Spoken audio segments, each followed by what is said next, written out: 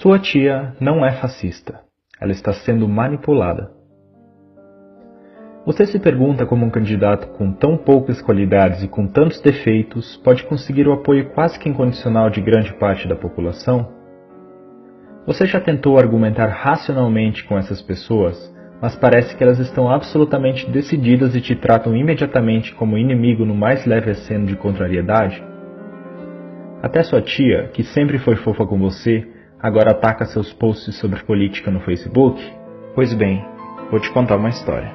O principal nome dessa história é um sujeito chamado Steve Bannon. Bannon tem uma visão de extrema-direita nacionalista. Ele possuía um site no qual expressava seus pontos de vista, que flertavam com o machismo, com a homofobia, com a xenofobia, entre outros.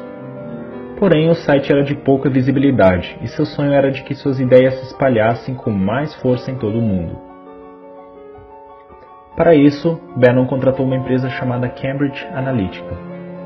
Essa empresa conseguiu dados do Facebook de milhões de contas de perfis por todo o mundo, de todo tipo de dado acumulado pelo Facebook, curtidas, comentários, mensagens privadas. De posse desses dados e utilizando algoritmos, essa empresa poderia traçar perfis psicológicos detalhados dos indivíduos. Tais perfis seriam então utilizados para verificar quais indivíduos estariam mais predispostos a receber as mensagens. Aqueles com disposição de acreditar em teorias conspiratórias sobre o governo, por exemplo, ou que apresentavam algum sentimento de contrariedade ao cenário político atual. A estratégia seria fazer com que esse indivíduo suscetível a essas mensagens mudasse seu comportamento, se radicalizasse. Como as pessoas passaram a receber as notícias e a perceber o mundo principalmente através das redes sociais, não é difícil manipular essas informações. Se você pode controlar as informações que uma pessoa tem acesso, você pode controlar a maneira com que ela percebe o mundo, e com isso influenciar a maneira como se comporta e age. Posts no Facebook podem te fazer mais feliz ou triste, te deixar com raiva ou com medo. Os algoritmos sabem identificar as mudanças no seu comportamento pela análise dos padrões de suas postagens, curtidas e comentários. Assim, indivíduos com perfis de direita em seu tradicional discurso não gostam de impostos foram radicalizados para perfis paranoicos em relação ao governo e a determinados grupos sociais. A manipulação poderia ser feita, por exemplo, através do medo, com o bordão, o governo quer tirar suas armas. Esse tipo de mensagem estimula um sentimento de impotência e de incapacidade de se defender. Estimula também um sentimento de somos nós contra eles, o que fecha a pessoa para argumentos racionais. Sites e blogs foram fabricados com notícias falsas para bombardear diretamente as pessoas influenciáveis por esse tipo de mensagem. Além disso, foi explorado também o sentimento anti-establishment, anti-mídia tradicional e anti-tudo isso que está aí. Quando as pessoas recebiam várias notícias de forma direta e não viam essas notícias repercutirem nos jornais, chegavam à conclusão de que a grande mídia mente e esconde a verdade da qual elas agora sabem. Se antes a mídia tradicional podia manipular a população, a manipulação teria que ser feita abertamente aos olhos de todos. Agora todos temos telas privadas que nos mandam mensagens diretamente. Ninguém sabe que tipo de informação a pessoa ao lado está recebendo ou quais mensagens estão construindo sua percepção de realidade. Com esse poder nas mãos, Bannon conseguiu popularizar entre os jovens a alt-right, movimento de extrema-direita americano, que resultou nos protestos Unite the Right no ano passado em Charlottesville, Virgínia, e que tiveram a participação de supremacistas brancos. Bannon trabalhou na campanha presidencial de Donald Trump e foi estrategista de seu governo.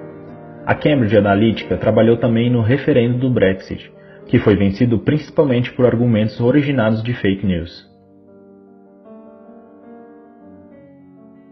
Quando a manipulação veio à tona, Mark Zuckerberg foi chamado ao Senado americano para depor. Para quem entendeu o que houve, ficou claro que a democracia da nação mais importante do mundo havia sido hackeada.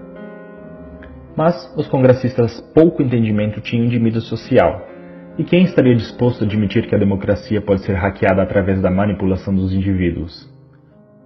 Zuckerberg estava apenas pensando em estabelecer um modelo de negócio lucrativo com a venda de anúncios direcionados. A coleta de dados e a avaliação de perfil psicológico das pessoas tinham a intenção inocente de fazer as pessoas clicarem em anúncios pagos.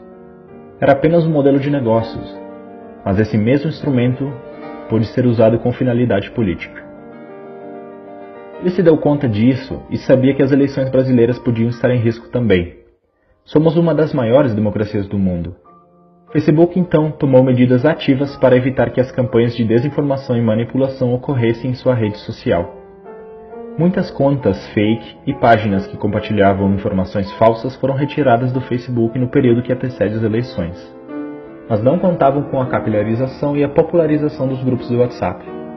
O WhatsApp é um aplicativo de mensagens diretas entre indivíduos. Por isso, não pode ser monitorado externamente. Não há como regular as fake news, portanto.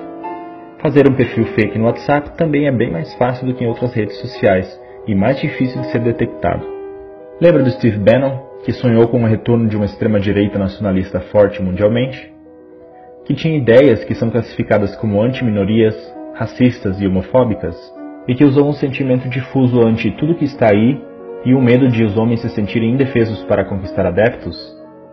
Pois bem, ele se encontrou em agosto com Eduardo Bolsonaro. Bolsonaro disse que Bannon apoiaria a campanha de seu pai com suporte e dicas de internet. Bannon é agora um consultor eventual da campanha. Bolsonaro é o candidato ideal para ele, porque compartilha suas ideias no cenário ideal, um país passando por uma grave crise econômica e com a população desiludida com sua classe política.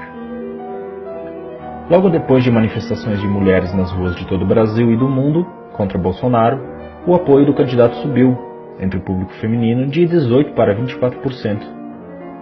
Um aumento de 6 pontos depois da grande parte das mulheres se unir para demonstrar sua insatisfação com o candidato. Isso acontece porque, de um lado, a grande mídia simplesmente ignorou as manifestações e, por outro, houve um ataque preciso às manifestações através dos grupos de WhatsApp pró-Bolsonaro. Vídeos foram editados com cenas de outras manifestações, com mulheres mostrando seios ou quebrando imagens sacras, mas utilizadas dessa vez para desmoralizar o movimento Ele Não entre as mais conservadoras. Além disso, Eduardo Bolsonaro veio a público logo após a manifestação e declarou: "As mulheres de direita são mais bonitas que as de esquerda. Elas não mostram os peitos e nem defecam nas ruas. As mulheres de direita têm mais higiene." Essa declaração pode parecer pueril ou simplesmente estúpida, mas é feita sob medida para estimular um sentimento de repulsa para com o outro lado. Isso não é nenhuma novidade. A máquina de propaganda do nazismo alemão associava os judeus a ratos. O discurso era de que os judeus estavam infestando as cidades alemãs, assim como os ratos. Esse é um discurso que associa o sentimento de repulsa e nojo a uma determinada população, o que faz com que o indivíduo queira se identificar com o lado, entre aspas, limpo da história. Daí os 6% das mulheres que passaram a se identificar com Bolsonaro. Agora é possível compreender por que é tão difícil usar argumentos racionais para dialogar com o eleitor do Bolsonaro. Você se dá conta, agora, do nível de manipulação emocional a que seus amigos e familiares estão expostos? A pergunta é: o que fazer? Não adianta confrontá-los e acusá-los de massa de manobra. Isso só vai fazer com que eles se fechem e classifiquem você como um inimigo do outro lado. Ser chamado de manipulado pode ser interpretado como ser chamado de burro, o que só vai gerar uma troca de insultos improdutiva. Tenha empatia. Essas pessoas não são tolas ou malvadas. Elas estão tendo suas emoções manipuladas e sendo submetidas a uma percepção de realidade bastante diferente da sua. Tente trazê-las aos poucos para a razão. A única maneira de mudar seu pensamento é fazer com que tais pessoas percebam sozinhas que não há argumentos que fundamentem suas crenças e as notícias veiculadas de maneira falsa. Peça para que a pessoa defenda racionalmente suas opiniões políticas. Esteja aberto para ouvi-la, mas continue sempre perguntando mais e mais, até ela perceber que chegou num ponto em que não existem argumentos para responder.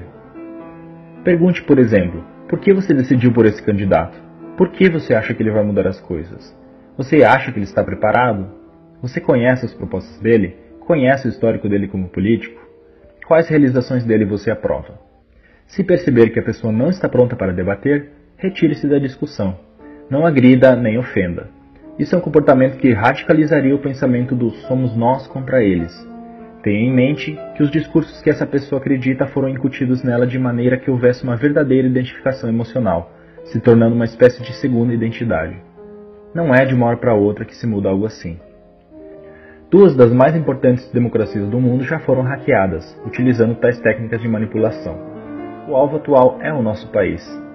Não vamos deixar que essas forças nos joguem uns contra os outros, rasgando nosso tecido social de maneira irrecuperável.